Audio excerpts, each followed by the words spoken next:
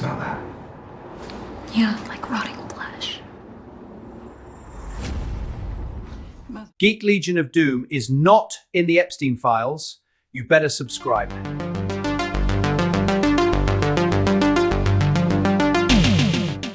Kevin Van Stevenson writes and directs Lady in the Urn. And this is a low-budget, haunting movie. The movie focuses on a couple who have not long moved into their apartment, and the female is somewhat kind of depressed because her mother has recently passed away, and they've gone to the cremation, and they are bringing back the remains of the mother, which is in an urn, back to this apartment. But pretty much straight away when they arrive back in this apartment, mysterious things start to happen. There is signs of some type of haunting or infestation. They end up calling a spirit medium because they think that there is the spirit of the mother that is hanging around, unfinished business for whatever reason, but it might be something darker. What will happen? You'll have to watch the movie and find out. So let's talk about it. Now, this is a very low budget movie. I don't know the circumstances to what this was made, but I have to say it feels something like a student film. I don't know if it is, but that's kind of how it feels. But let's talk about what works. The first thing that struck me about this movie, on the positive column, I thought the music was quite good. I think the music here is quite haunting. Outside of this kind of humming that kind of plays incessantly through the movie. But the actual kind of score, this kind of almost like John Carpenter style sort of little kind of musical swells that kind of happen through the movie, I thought was quite good. The movie is not a long film. It's only about 70 minutes, so it doesn't outstay its welcome. So it's a slow movie in regards to kind of plot, in fact that there's nothing really especially happening on screen, but you know, it's ultimately a dialogue-based movie, but it's wisely, it has a kind of a shortish runtime, so it doesn't kind of outstay its kind of welcome. I will say and I'm not entirely convinced this is intentional necessarily, and I'll explain a little bit more about this in a minute. But there's maybe like a misdirect here, and I say maybe because I'll kind of go into a little bit more about that in a second. But there's a misdirect about what's actually happening here, and what's actually involved, which on one hand could be clever if it is the positive. On the other hand, it could be poor writing, and we'll come on to that again in a second. The movie feels relatively confidently directed, despite it being a really one location movie with not a lot of visual pizzazz, I have to say, but relatively sort of confidently directed. But that's what I can say on the positives. Let's move into maybe what doesn't work. Now, there will be some spoilery elements here, because I am going to have to talk about something that, ultimately is a spoiler. But I'll try and be as vague as I can without kind of giving as much as I can, but there will be some spoilery stuff. But let me start with I think the other problems in this movie. The number one, it's super low budget. It's one location, so therefore it's very reliant on dialogue, and the dialogue isn't particularly good, and the acting isn't particularly good.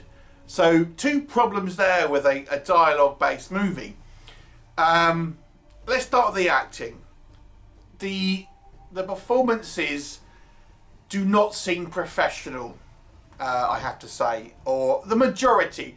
It's somewhat of a mixed bag, I would say, but there are some very mixed performances. Let me just underscore that, to the point where it's almost a little bit cringy, you might say. Some fare better than others, but there's some not good acting here. The dialogue as well does not seem naturalistic. It seems like it is from a script, and it's not something like the natural kind of conversation doesn't really feel like it ever flows. This feels like words written on a page that they've been thought by one person, and there's kind of these words are being battered around by different actors, but they never really feel like you have different sort of personalities, so to speak. So yeah, the dialogue isn't particularly strong, the acting isn't particularly strong. Let's move on to the visuals, because there really isn't much in the way of visuals. This is really, as I say, a dialogue driven movie. There's not a lot of things happening on screen. It's just like there's a noise. You might get something like the urn might move, but obviously the top of it is off screen, so someone's clearly just holding it and moving that around or something like that. So it's very low tech in regards to any kind of VFX. There's one sort of VFX shot towards the end of the movie, but it's really limited. So there's nothing particularly sort of anything interesting happening on screen, and I feel the movie really fails in creating a huge amount of atmosphere. There's a degree. I think this movie almost positions itself as being somewhat of a, when you're watching it, almost like a kind of cerebral movie is what it kind of is packaged like, but it really isn't. It's like a B movie pretending to be a kind of like Conjuring-esque kind of style haunting movie, or kind of more art house in a way, but it just isn't like that at all. The plot is just pretty basic, to be honest, and here's where it's going to be a little bit spoilery. We learn that there may well be other parties involved. Let me just kind of say this. And there is a spirit, but it may not be the mother. And then it's like, well, how is the urn anything to do with it in that case? Because towards the end, they're kind of like making it sound like the urn is still intrinsic to the plot, and but it isn't. There's nothing to do with it, and it didn't really feel like that was properly explained. Like we learned that there's a murder of someone a year prior, and then the body was disposed of, so it definitely hasn't been cremated.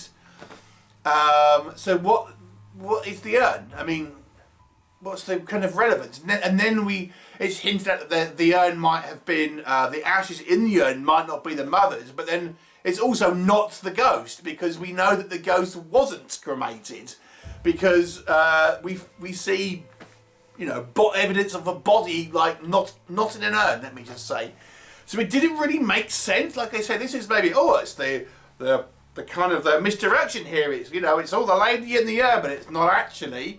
But then it's like, or is this just bad writing where it doesn't really make sense? I have to say, it feels like to me, this movie wants to have spooky stuff, a little bit of a kind of like some twist or surprise, but it doesn't make sense. And again, I'm trying to be as vague as I can, so I don't want to out and out kind of spoil plot points necessarily. But yeah, it doesn't. I don't think it really makes sense. It just feels like they want to have like these oh my god moments, and it doesn't make sense. I would have just not had that at all. I'd have had more of a plot which is a bit more narratively cohesive, because it doesn't feel like that at all. I like the music, but there is this kind of kind of like humming through the movie, and I initially thought, are they hearing this? Is this some like humming that the characters are hearing? Like the mother is like humming, but it doesn't appear to be. It's just like the music. I'm thinking, so I like some of the kind of like the beats. So you'll kind of understand if you see it, but this kind of like humming music is a bit overused, I must say. And I think the direction is confident, because this movie has a lot of kind of shots where it wants to sort of have this kind of like almost like a stage play feel to it. This movie feels like a stage play, but it's quite flat at the same time. So I think the direction here is probably in line with the vision of our director here. So I do think there's some confidence behind that, but at the same time, it's quite flat, and it feels like this is like an amateur production of some type of play that has been put on by like local actors for like the, you know, like the local kind of like chapel or something, or local theatre group. That's what it feels like, but just in film form. So yeah, it's not that interesting, I've got to say. I'll give it a 3 out of 10. There you go. Have you seen it? What were your thoughts? Leave me a comment and I'll look forward to seeing you next time. By the power of Grayskull!